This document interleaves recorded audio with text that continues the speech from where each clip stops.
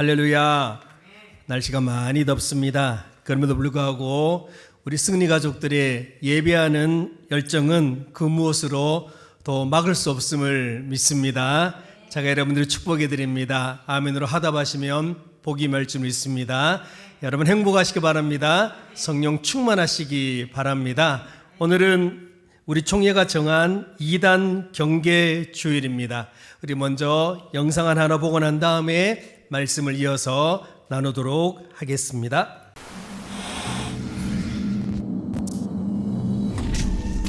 (16년간) 신천지에 몸담았다가 몇 년 전 탈퇴한 A자매.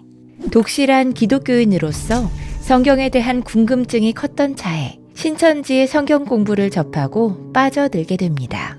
평소에 교회에서 알려주지 않았던 점들, 예를 들어서 마태복음 24장이나 요한계시록 같은 특히 예언 같은 부분들, 또 비유 같은 부분들이 평소에 제가 궁금했고 알지 못했던 부분이었는데 신천지에서 그것을 마치 다 꿰뚫어 보는 듯한 그렇게 가르침에 굉장히 놀랐고, 신천지인지 모른 채로 미혹당하기도 하지만 신천지에 빠진 친구를 구하기 위해 찾아갔다가 덫에 걸리는 경우도 있습니다. 나는 신천지에 빠졌던 친구를 이제 구하려고 이 전도사한테 따져 물으려고 온 것인데, 성경 말씀 하나하나 한 절 가지고 저 논리적으로 설명을 하고 설득을 하니까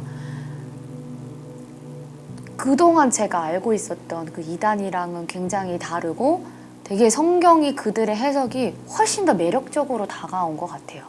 대부분의 신천지 사람들은 처음에 신천지라고 말하지 않고 우연한 만남과 친절한 상담, 나를 이해해주는 좋은 사람처럼 다가옵니다.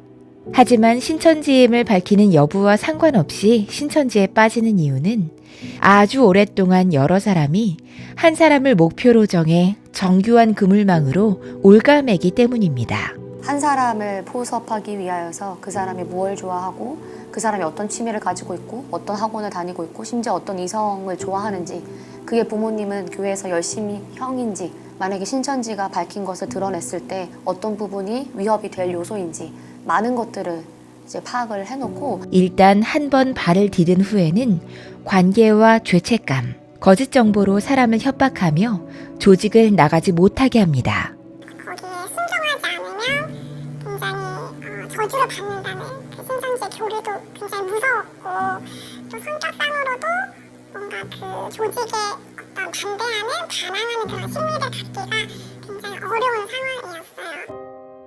시간이 지나고 나서야 깨닫게 됩니다. 그 배움이 복음의 자유가 아니라 끔찍한 영적 종살이였다는 것을 말입니다. 하지만 용기를 내어 자유를 찾아 탈퇴한 후에도 탈퇴자들은 어려운 시간을 겪습니다. 거짓에 속았다는 죄책감과 직장, 가족을 다 버린 후에 피폐해진 생활터전이 이들을 맞습니다. 젊은 시절을 거기에 다 바쳤다 보니까 굉장히 허무함이 밀려왔었어요. 그래서 자살을 생각하기도 했고 우울증에 걸리기도 했습니다. 그래서 정신과 상담이 필요한 사람들도 있었고, 저 같은 경우는 심리 전문가에게 찾아가서 상담을 받기도 했었거든요. 정죄는 스스로 엄청 할 거예요. 저도 이제 탈퇴하고 나서 자살 시도를 최선을 다해서 했거든요. 다시 하나님 앞에 선다는 이것 자체가 너무 수치스러운 거예요. 내가 어떻게 다시 예배를 드릴 수 있을까? 내가 어떻게 하나님의 이름을 다시 부를 수 있을까? 어떤 특별한 사람이 아닌 누구나 신천지에 빠질 수 있다는 것을 기억하고 예방하는 것은 물론 탈퇴자들에게 따뜻한 공동체가 되는 것도 교회의 역할입니다. 야, 신천지가 얼마나 지금 교묘하게 우리한테 다가오는지 알아? 라고 잘못된 것과 경각심을 이야기하고 싶어서 이야기를 하면, 야, 그런 거 왜 가? 너 진짜 바보구나. 손가락질하면서 정죄하니까 이야기를 하고 싶어도 점점 다물어지게 되는 거죠. 죄송하지만 누구든지 당할 수 있는 이야기거든요. 누구든지 내 이야기가 될 수 있는 이야기고, 누구든지 내 가족이 피해자가 될 수 있어요. 기적적으로 만난 그런 교회에서 제가 엄청 많은 사랑을 받았고,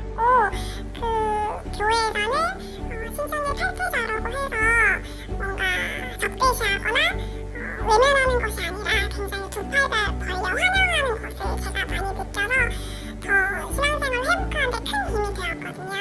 그래서 물론 위장 교회로 오는 신천지 교인들에 대한 경계심은 계속 가져야 되겠지만 신천지인이 정말 탈퇴하고 회개하고 회심했다면 그 신천지인을 누가복음 15장에 판자를 안아주시는 하나님처럼 그렇게 맞아주시는 그런 환대의 그런 문화가 좀 잘 많아지면 굉장히 탈퇴자들에게 도움이 될 거라고 생각합니다.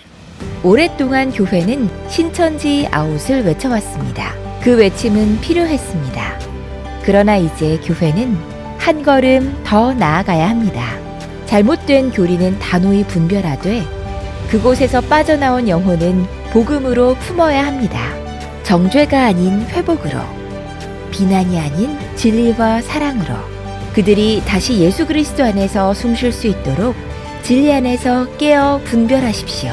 그리고 상처 입고 돌아오는 우리의 이웃을 이제 복음의 품으로 안아주십시오.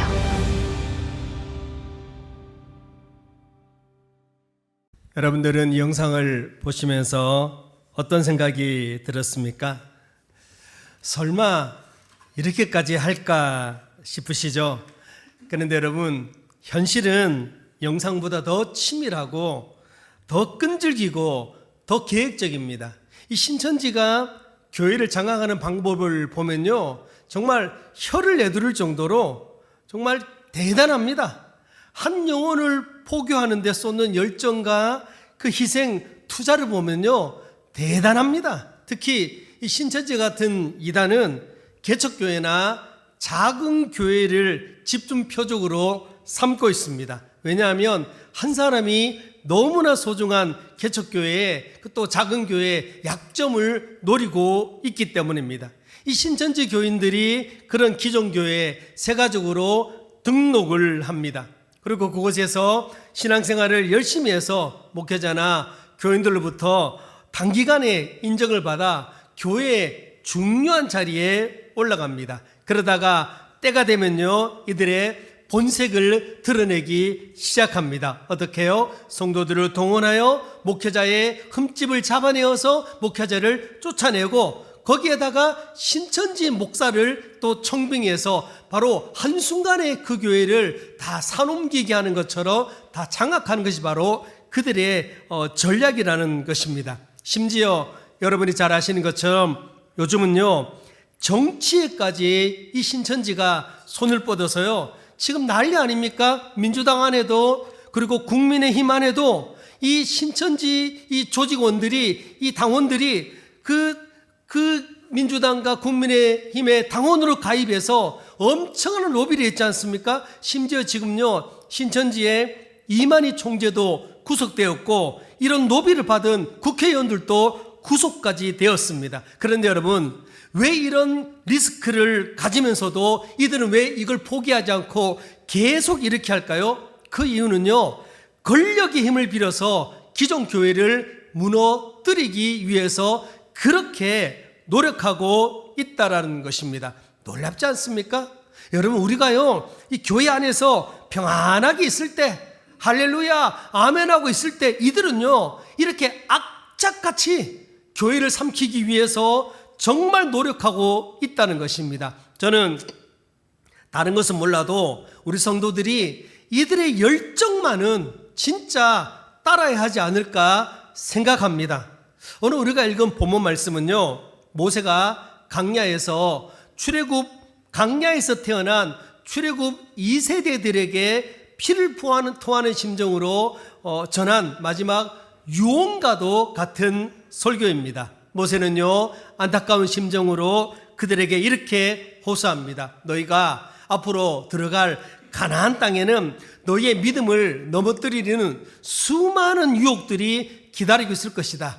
그 중에서도 거짓 선지자들과 꿈꾸는 자들을 특별히 조심해야 된다라고 경고하고 있습니다. 여러분, 여기서 말하는 거짓 선지자, 이 꿈꾸는 자들이 오늘날 누구를 말하고 있습니까? 그렇죠. 바로 성도들의 영혼을 갉아먹고 있는 이단, 사이비 세력들을 말하고 있는 것입니다. 모세는 바로 이러한 이단을 철저하게 경계하고 분별해야만 하나님 주신 가나안 땅에서 하나님의 백성으로 믿음으로 담대하게 살아갈 수 있다라고 강력하게 지금 출애굽 2세대들에게 가나안에 들어가기 전에 그렇게 경고하고 있는 말씀이 오늘 말씀입니다. 자, 그렇다면 모세가 그토록 경계하라고 외쳤던 이단의 모습이 본문에 어떻게 나타나 있는지 우리 다 함께 1절, 2절 말씀 같이 한번 읽어보도록 하겠습니다. 시작.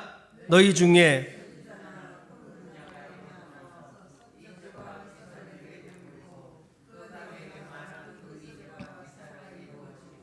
너희가 알지 못하던 다른 신들을 우리가 따라 섬기자고 말할지라도, 오늘 본문에 보니까 우리는 이 이단의 정체를 세 가지로 확인해 볼 수가 있는데, 첫째 이단은요, 외부가 아니라 내부에서 일어난다는 사실입니다. 본문 1절에 보니까 너희 중에라는 말씀이 나옵니다. 이 이단자들이요, 이스라엘 백성들 가운데서 나타난다는 말씀입니다. 다시 말씀드리면 이단은요, 저 멀리 불교나 이슬람이나 다른 종교에서 나타나는 것이 아니라 교회 안에서 나타나는 것이 바로 이단의 특징입니다. 이들은요, 하나님의 이름을 우리와 똑같이 말합니다.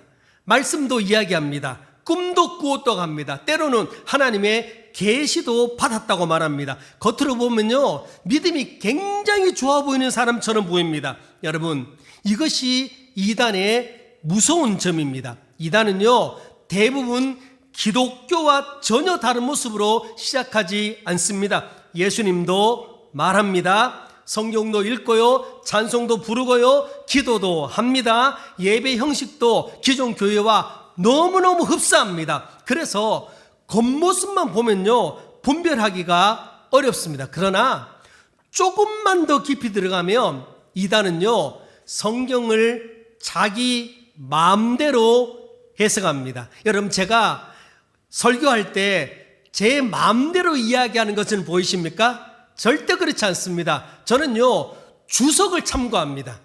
그리고 신학교 교수님의 말씀을 참고하고요, 그리고 내가 생각하고 있는 것들이 성경에 있는지 아니면 어떤 주석에 있는지를 몇 차례나 교차 체크해서 여러분에게 말씀드립니다. 그런데 이단들은 그렇지 않아요. 어젯밤에 꿈을 꾸었는데, 어떤 어린이가 꿈을 꾸었는데 몇 월 며칠 날 예수님이 온다고 하더라. 그러면 그 사람들은 그게 진리가 되는 거예요.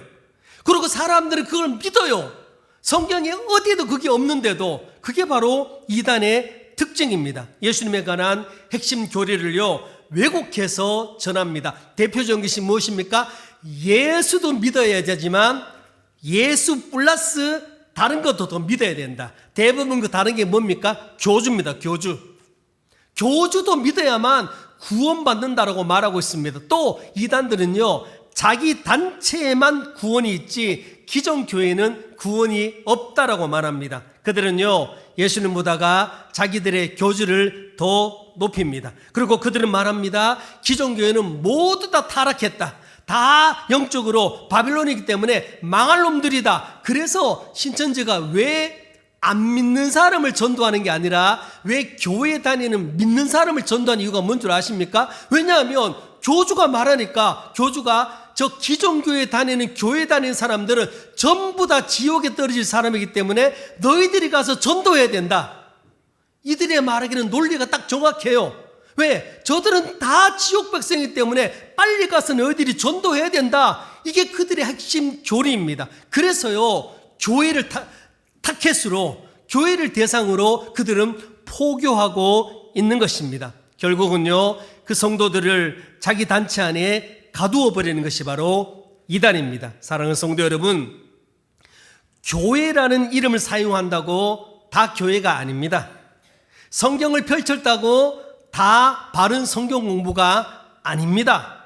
예수 이름을 말한다고 모두 예수 이름을 바르게 믿는 것이 아니에요. 무엇을 말하는지, 누구를 높이는지, 어디로 끌고 가는지를 잘 살펴보아야 합니다. 둘째, 이단의 특징은요, 눈에 보이는 신비한 것으로 사람을 유혹합니다. 다시 1절 2절 말씀 띄워주십시오. 읽겠습니다. 너희 중에 선지자나 꿈꾸는 자가 일어나서 이적과 기사를 내게 보이고 그가 내게 말한 그 이적과 기사가 이루어지고, 분명히 말합니다. 이적과 기사를 보여주고 그리고 그들이 이적과 기사를 행한다라고 말하고 있습니다. 놀라운 말씀 아닙니까? 거짓 선지자가 말한 이적과 기사가 실제로 이루어질 수 있다고 말하고 있습니다. 우리는 흔히 이렇게 생각합니다. 기적이 일어났으니까 하나님이 하신 일 아니겠어? 병이 나았으니까 그 사람도 하나님의 종이 아니겠어? 예언이 맞았으니까 그 가르침도 맞는 말 아니야? 그러나 성경은요, 그렇게 판단하지 말라고 말씀하고 있습니다. 여러분, 기적이 일어나는 것보다 더 중요한 것은요, 그 사람이 그 기적을 통하여 우리를 누구에게로 인도하는가가 더 중요한 것입니다. 신비한 일을 보여주고도 하나님에게도 멀어지게 한다면 그것은 하나님이 기뻐하신 일이 아니에요. 우리는 매주 수요일마다 요한복음 말씀을 공부하고 있습니다. 요한복음에 7대 기적이 나오지 않습니까? 예수님께서는요, 기적을 일으키고 반드시 그 다음 하는 말씀이 있습니다. 무엇입니까?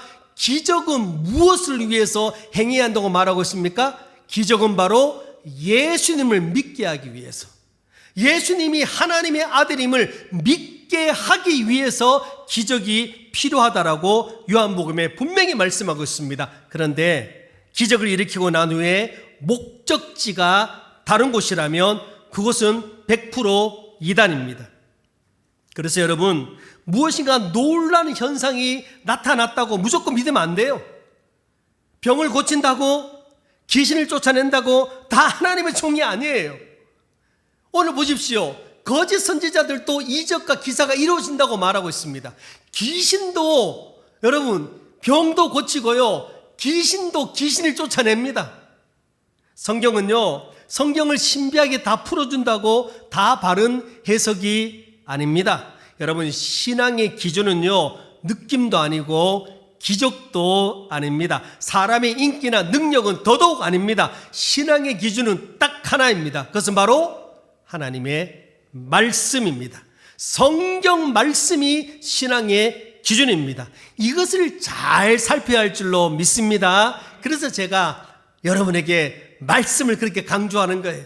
자나깨나 말씀을 제가 강조하는 이유입니다. 셋째 이단의 특징은요, 이단의 최종 목적지는요, 예수가 아닌 다른 신을 섬기게 하는 것입니다. 본문 2절에 보니까 이렇게 말하고 있습니다. 너희가 알지 못하던 다른 신들을 우리가 따라가자, 따라 섬기자고 말할지라도. 여러분, 이단들은요, 처음에는요, 간도 쓸개도 다 빼줄 것처럼 잘해줍니다.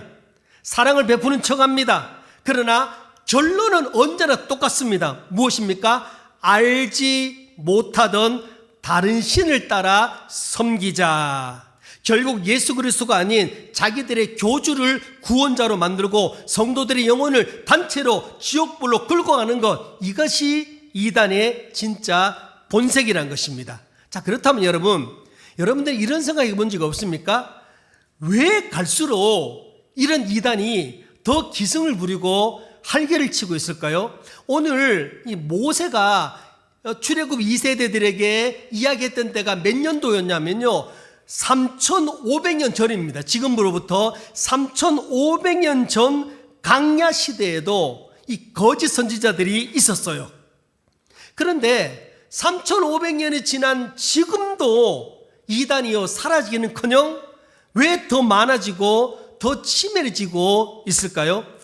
이단을 연구하는 전문가들의 말을 들어보면요, 이단들이 성도들의 삶에 가장 깊이 파고드는 최고의 타이밍이 바로 위기를 만났을 때라고 말하고 있습니다. 가장 대표적인 것이 바로 가정의 위기입니다. 부부간에 갈등이 깊어지거나 부모와 자녀 관계가 뒤틀려 마음이 찢어질 때 사람이 가장 영적으로 약해지고 이단에 빠질 위험이 커집니다. 이단들은요, 기가 막히게 이런 위기 상황을 잘 알아냅니다. 우리 방금 전에 영상에도 보셨다시피 이단들은요, 그 한 사람을 유혹하기 위해서 수단과 방법을 가리지 않고 그 사람에 대한 개인 정보를 손바닥 보듯이 알고 있어요. 아니, 이미 여러분에 대해서 다 알고 있을 수도 있어요. 저에 대해서도 다 알고 있을 수 있고, 아마 여러분 주변을 계속 어슬렁어슬렁 할 수도 있어요. 아, 이 사람이 지금 요 시간에는 어디 가는구나, 요 시간에는 누굴 만나는구나, 요 시간에는 뭐 하는구나, 이걸 전부 다 보고 있다니까요. 그러다가 갑자기 여러분 중에 한 사람이 뭔가 불행한 일을 당하는 그 순간에 딱 다가와가지고 목사보다 더 빨리 가가지고, 와, 어려우시죠? 제가 도와주겠습니다. 그래서 필요를 채워주면요, 그 사람이 이단인 줄도 알면서도 그냥 혹 넘어가 버려요. 여러분, 그래서 우리 성도들은요, 목사님에게 개인정보를 알려줘야 돼.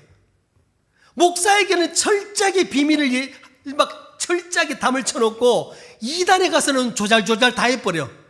그러면 여러분 영혼이 망하는 거예요. 여러분이 힘들면, 여러분들이 아프면, 여러분들이 위기 상황이며 목사에게 찾아와야 돼. 목사에게. 그런데 우리는 다른 사람에게 이야기하고 있어요.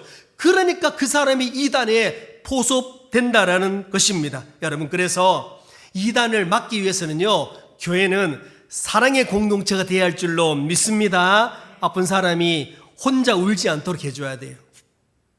네, 어려운 성도 곁에 우리 성도들이 함께 있어 줘야 합니다. 그것이 바로 이단을 막는 가장 강력한 방법이기 때문입니다. 또한 이 이단은요, 개인의 위기뿐만 아니라 나라가 어수선하고 사회적인 위기가 찾아왔을 때 이 미혹의 세력은요, 더욱 활개를 칩니다. 지금 우리나라는요, 지난 수년간 정치적 혼란과 국가적인 위기를 반복하면서 겪으면서 우리도 모르는 사이에 너무나 깊이 빠져버린 또 다른 이단이 하나 생겨버렸어요. 그 이단이 무엇인 줄 아십니까? 정치라는 이단입니다. 특정 정치 지도자를 마치 온 세상을 구원할 메시아처럼 추종합니다. 그 사람에게 목을 맵니다. 그 사람이 무엇을 하든 신처럼 떠받듭니다.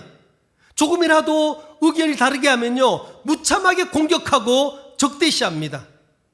이들은요, 국회를 장악하고 법을 마음대로 통과시키고 입맛대로 주부르며 끝없는 권력을 탐합니다.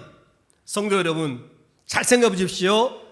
하나님이 앉아야 할 자리에 인간을 올려놓고 맹목적으로 추종하는 거, 이게 바로 이단 아니고 뭐겠습니까? 그게 이단이에요. 지금요, 하나님의 자리에 누군가를 딱 올려놓는 거예요. 그게 바로 이단입니다. 제가 자주 이 강단에서 말씀드렸지만, 정말 좋은 나라는요, 정말 좋은 사회는요, 일반 국민들이 정치가 어떻게 돌아가는지 깊이 신경 쓰지 않아도 평안하게 살 수 있는 사회가 진짜 좋은 사회인 줄로 믿습니다. 제가 지난 5월 달에 미국 갔다 왔지 않습니까? 미국 가서 저희 조카들도 만나고 또 이런 사람 저 사람들을 만났는데, 미국 사람들은요, 정치에 관심이 1도 없어요. 우리가 더 많이 하나요? 제가 가서 트럼프가 이번에 이란 공습했단다, 뭐 어디를 공습했고 어디 했더니, 삼촌, 저는 처음 듣는 말인데요, 좀 뭐 트럼프에 관심도 없고 뭐 트럼프가 뭘 어떻게 하든지 그게 무슨 상관이에요? 삼촌은 아주 정치에 관심이 많으시네요 라고 제가 도리어 그 말을 듣고 왔어요. 여러분, 이게 정상이에요. 그 사람들은 그렇게 잘 살아요. 아주 정치에 대해서 그 사람들은 관심이 없어요. 왜 관심이 없습니까? 나라가 잘 돌아가니까. 나라가 너무 잘 돌아가고 있으니까 그런 사람들은 관심을 가질 이유가 전혀 없다는 것입니다. 평안합니다. 이게 좋은 사회입니다. 그런데 지금 우리나라는 어떻습니까? 어른부터 아이까지 온통 정치라는 우상에 빠져 서로를 미워하고 불신하면서 이곳에 목숨을 걸고 있습니다. 사회가 이처럼 위기 속에 불안하고 맹목적인 광기에 빠져 있으니 이 틈을 타서 이단들이요, 사방에서 더욱 기승을 부리며 활개를 치고 있는 것입니다. 자, 그러면 우리 승리 가족들이 이단에 빠지지 않기 위해서는 어떻게 해야 할까요?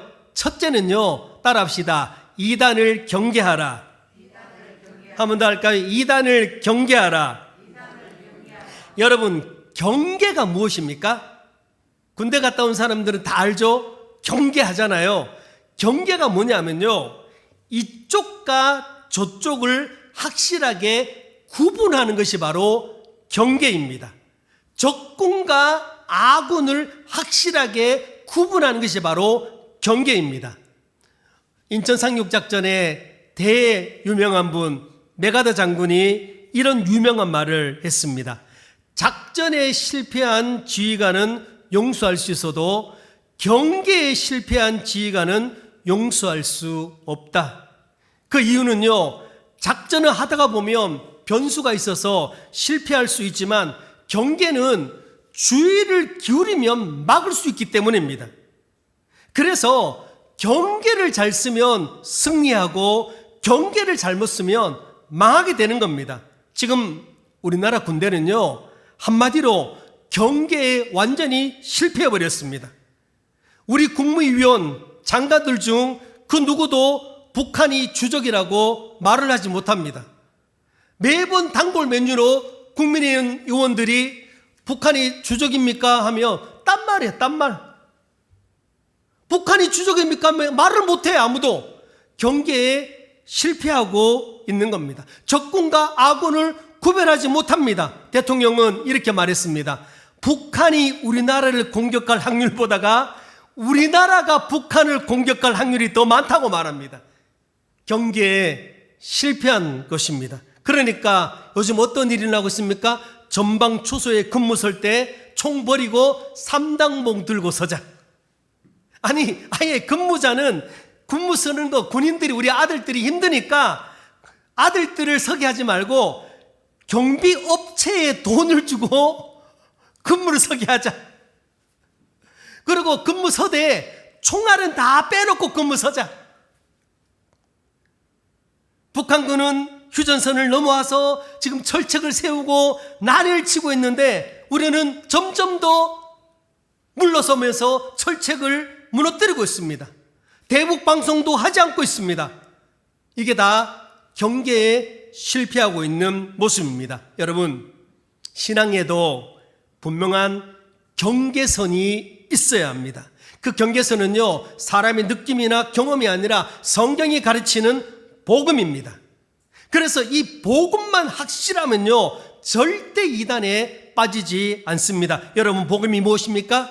복음은요, 하나님의 아들이신 예수님이 우리 죄를 대신하여 십자가에 죽으시고 3일 만에 부활하신 사건입니다. 그래서 누구든지 예수를 믿으면 제사함 받고 하나님의 자녀가 되는 것입니다. 구원은요, 행위나 특별한 지식이 아니라 하나님의 은혜로 받는 것입니다. 그래서 구원은요, 믿음으로 받는 것입니다. 이게 바로 복음입니다. 그래서 우리는요, 이 복음을 부정하거나 다른 조건을 더하면 그 사람 어떻게 된다고요? 경계해야 할 줄로 믿습니다. 예를 들어 예수님 보다가 교지를 더 높입니다. 성경 보다가 지도자의 말을 더 높입니다. 자기 단체에만 구원이 있다고 말합니다. 구원받으려면 가족과 교회와의 관계를 끊어버리고 재산이나 그 헌신을 지나치게 요구합니다. 이런 사람이 여러분 눈에 딱 보이면요, 아, 이 사람이 우리 목사님이 말씀하신 이단이구나, 사입이구나라고 생각하고 철저하게 경계해야 할 줄로 믿습니다. 여러분, 제가 나눠드린 주보 속지 한번 보시기 바랍니다. 주보 안에 제가 넣어드렸죠. 거기에 보면요, 우리가 경계해야 할 대표적인 이단의 명칭이 기록되어져 있습니다. 여기 있죠. 이단 사이비성, 이름이 짝 20개, 21개 적혀 있습니다. 같이 한번 읽어볼게요. 빠른 말로 1번부터입니다. 시작. 이만희, 안상호, 장길자, 정명석, 박옥수, 건신찬, 이용한, 서달석, 문선명, 김기도, 이재로, 이초석, 박윤식, 변승우, 이장님, 신옥주, 요화 증인, 안식교, 몰몽교, 동방번개, 위트니스리, 조명호, 유광수, 박무수, 박종민, 이 사람들은 이단 사입입니다. 절대 경계해야 될 대상입니다. 그리고 그 밑에는요, 여러분들이 참여를 자제해야 될 대상입니다. 1번부터 읽어볼게요. 마음 수련원, 할렐루야 기도원, 에스라 하우스, 비냐드 운동, 신사도 운동, 대복 기도원, 드레스 디아스. 사실 이거 외에도 참 민감한 것들이 있어서 우리 총회에서 결의를 했는데, 저는 또 이곳에 얘기 또 하면 이 또 유튜브를 보는 사람 중에 또 저를 욕할까봐 얘기를 하진 않겠습니다만은, 여하튼 참여 자제를 해야 합니다. 이 사람들이 바로 경계해야 할 대상입니다. 예. 문을 열어주면 절대 안 됩니다. 이 사람들에게. 여러분, 우리 주변에도 마음 수련원 길 가다 보면 있잖아요. 절대 마음이 수련되는 게 아니라 지옥문을 열고 들어가는 겁니다. 그것이 바로.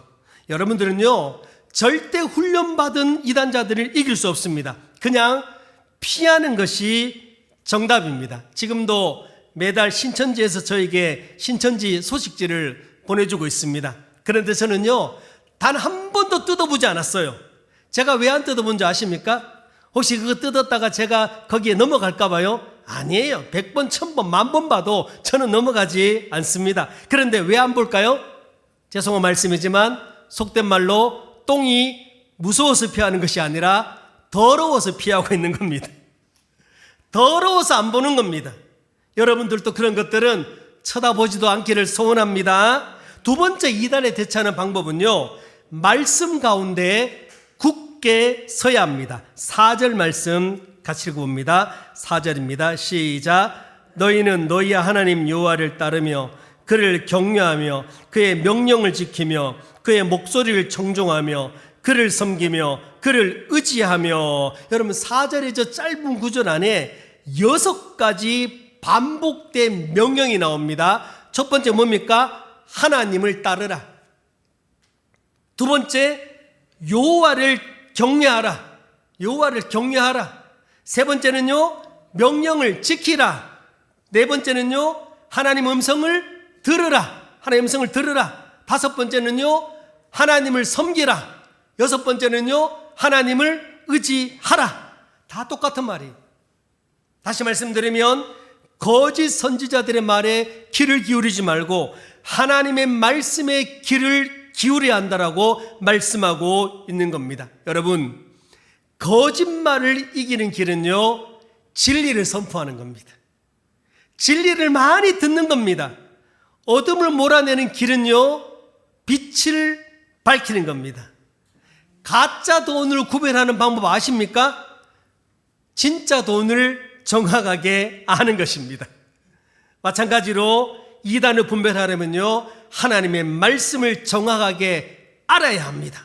그러기 위해서는요, 본교의 목사님이 전해주는 설교 말씀을 잘 듣고 그 말씀을 잘 받아 먹으시기를 바랍니다. 그리고 성경 공부에 열심히 참석하고 바이블 타임과 유튜브 말씀을 통하여 날마다 성경을 읽으시고 수요 성령 집회에 참석하셔서 성경을 한 구절 한 구절 읽으면서 그 말씀 하나하나가 주는 교훈을 또 배우고 그 말씀 붙잡고 기도하고 또 한 번씩 제가 성경 필사하자고 하면 필사도 하시고 말씀도 암송하시고 이렇게 하면요, 이단이 여러분 근처에 올 수도 없어요. 자꾸요, 성경 공부하지 않고 뺀질뺀질거리니까 자꾸 유혹을 당하는 것입니다. 여러분, 말씀 위에 굳게 서시기 바랍니다. 말씀밖에 없습니다. 오늘 우리가 부른 찬송가 546장 2절은 이렇게 노래하고 있습니다. 주님 약속하신 말씀 위에서 세상 염려 내게 엄습할 때 용감하게 힘써 싸워 이기며 약속 믿고 굳게 서리라. 후렴 같이 읽어보겠습니다. 시작. 굳게 서리. 영원하신 말씀 위에 굳게 서리. 굳게 서리. 그 말씀 위에 굳게 서리라. 할렐루야. 여러분, 사람의 말 위에 서지 마십시오. 감정 위에도 서지 마시고 기적 위에도 서지 마십시오. 오직 영원히 변하지 않는 하나님 말씀 위에만 굳게 굳게